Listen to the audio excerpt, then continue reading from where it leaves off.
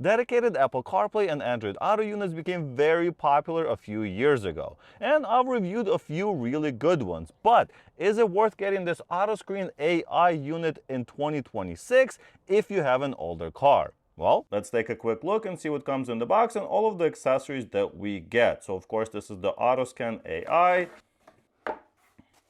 All right, and here are all of our accessories. So we have the auxiliary cord, we have a double-sided adhesive stand for the unit, so you can stick it onto your dashboard. Of course, this is very, very strong, so be careful what you stick it on.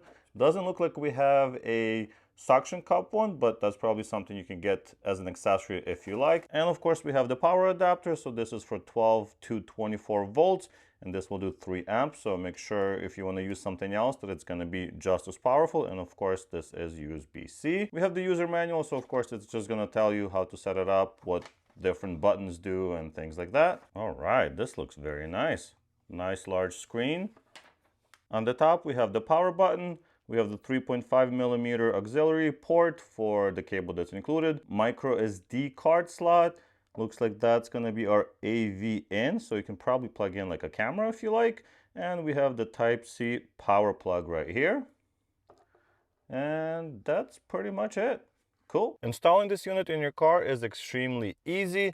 Of course, I'm not going to do it permanently, so I'm just going to stick it down lightly because, well, I don't need it in this car. This unit is meant for older cars that don't have any screens, or maybe you don't have Apple CarPlay or any kind of entertainment in your car. So this would be a perfect upgrade for that. So I'm just going to stick it down right here, just so I can show it to you in the car, and plug in the power. All right, and now it's on. Obviously, I've had this powered on before because I had to set it up. Why? Well, because this is very different from those old school CarPlay units that only did CarPlay or Android Auto. This is actually a fully functional Android Auto system. So this will have things like YouTube, Netflix, basically any app that you can download on the Play Store. Well, you can use it on this device. Like it said right there, not all of them will actually be compatible with the screen because this is a very wide screen and not like your phone or tablet. But there is a lot you can download here, and especially stuff that's made for automotive Android. Anyway, that's not what we're here for. We're here to see what makes this special. And like I said, you can easily go in and play YouTube. So you just go to this YouTube app. It's going to load up, ask you for some information, but you can simply go in and start searching once you sign in, and you can play a video, you know, like one of my videos right here. And there you go. It's now playing from the back of the speaker. So this has built-in speakers. Now, you might be wondering, well, that speaker is not going to be very loud. And yes, that's true. It's going to be decent, but it's not going to be amazing. How else can I connect this to my car? Well, there are many ways to connect this device to your vehicle. So first is going to be the local speakers. Well, that's just the speaker that's built in. Next, we have Bluetooth transmitter. So this is a great option for high quality audio. Obviously, you will be connecting your phone to this device for Apple CarPlay, and then this device will connect to the car through Bluetooth. Now, you might think that's complicated, and why wouldn't I just connect to the car through Bluetooth from your phone? And you can do that, of course, but this will give you, bigger maps. It'll give you multiple options on the screen at the same time, so you can have your music, your maps, and everything at the same time like a normal CarPlay would do.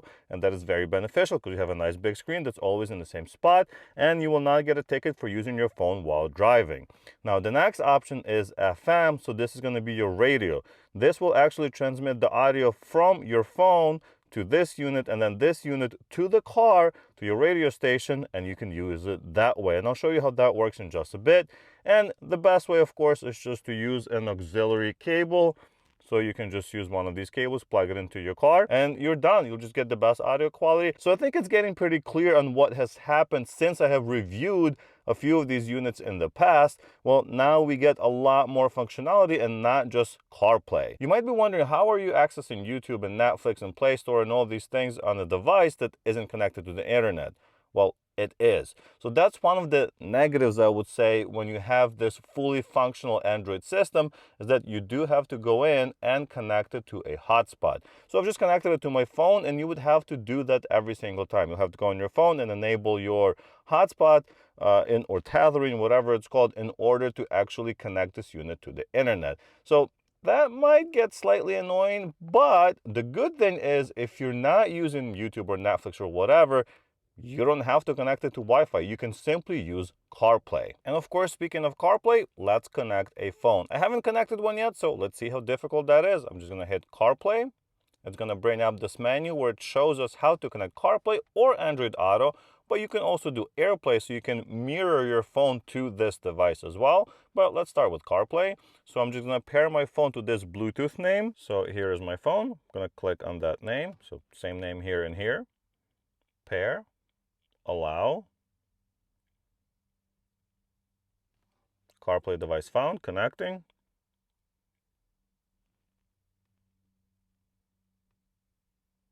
And that's it. We are now connected. So now it just functions like a standard CarPlay device like you would have on any other modern vehicle. And that's one of the huge benefits of having this in your car. You can add modern functionality to an older car. How old of a car? Well, as old as you want. If the car has an FM radio, well, you can use this device. You might have noticed that there are some extra buttons here at the top, and this is just basically a control panel for the entire unit, so you can lower the volume of the speaker, you can go back home, so you can go back to this screen, or you can go back to your CarPlay, or you can, for example, split the screen, so you can make half of this launcher so you can play your YouTube here, for example, and then you have your CarPlay on this side, which is really, really nice. I mean, your regular car will most likely not allow you to do this because I think it's outside of specification or something like that. This means you can play your YouTube or Netflix or whatever on the left or on the right side and have your maps or whatever else you like from CarPlay on the right side.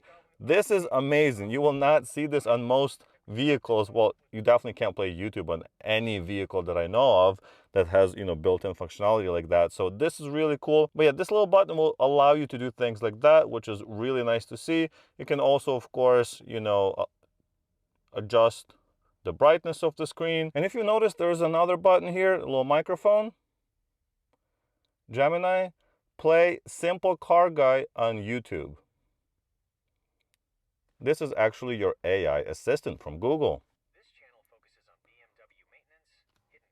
Yeah, well, we don't have to listen to this guy, but yeah, this will look up information for you. It'll give you standard Gemini assistant functions, so you can ask questions, you can ask for weather, you can ask to look things up, to play videos, play music, whatever you like. Anyway, let's connect an Android phone and see what kind of functionality we get from Android Auto. All right, I have disconnected my other phone, so I'm just gonna connect Android Auto this time. Same way to connect the phone. So I'm gonna go to Bluetooth on my phone, click on the device, pair, allow access, allow. Now it's pairing with the phone, and we are done. So just as simple on the Android phone, it connects automatically, and obviously you don't have to do this every single time.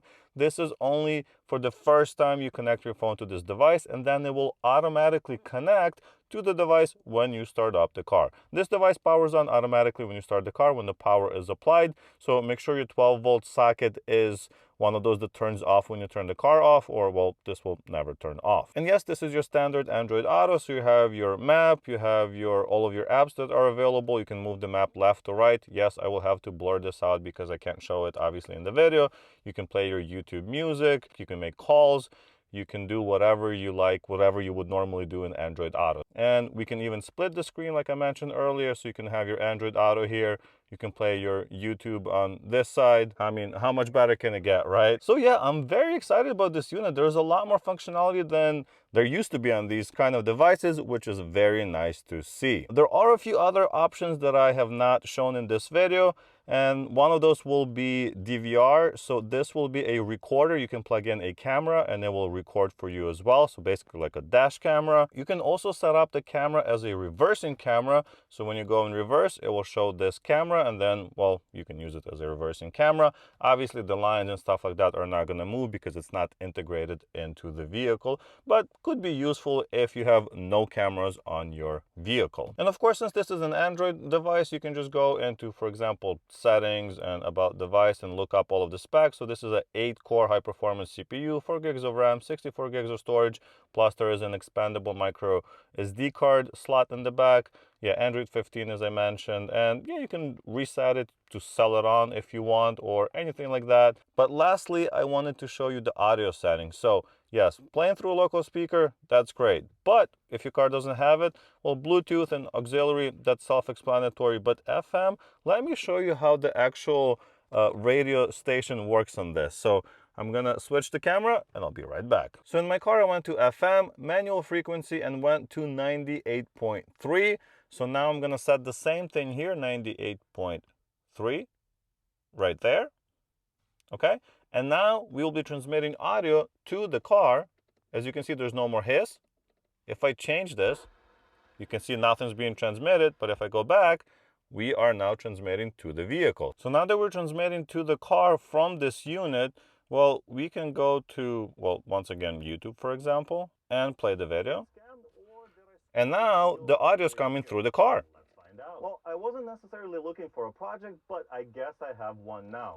And yes, of course, there's going to be a little bit of hiss. It is, you know, a radio, so it's not going to be perfect like it would be with the auxiliary cable or like it would be with the Bluetooth transmitter, but it's still an option if you have an old car that doesn't have any of those other options. So very impressive. And of course, the audio from your CarPlay or Android Auto will also play through the car if you're using one of those options. So yeah, that's kind of the core functionality of this unit. And not only is it a wireless CarPlay and Android Auto unit, it can also act as an independent Android head unit running Android 15. The only caveat is that you will need to connect it to the hotspot to use most apps, especially the Gemini AI assistant, YouTube, Netflix, or any of the other apps that require internet to function. Is it worth the hassle? Well, that's completely up to you. I think it's a very cool unit, especially for road trips, and I would definitely recommend it for anyone that has an older vehicle that will benefit from having all of these new functions. Of course, if you have a newer car with a modern navigation system and infotainment system, it's probably not needed. It's just going to be an extra thing in your dash. But if you have an older car, check this one out, and it's actually not that expensive. If you'd like to get one yourself, check out the links in the description. Like the video if you liked it, subscribe to the channel for a lot more automotive content, and I'll see you in the next one. Bye.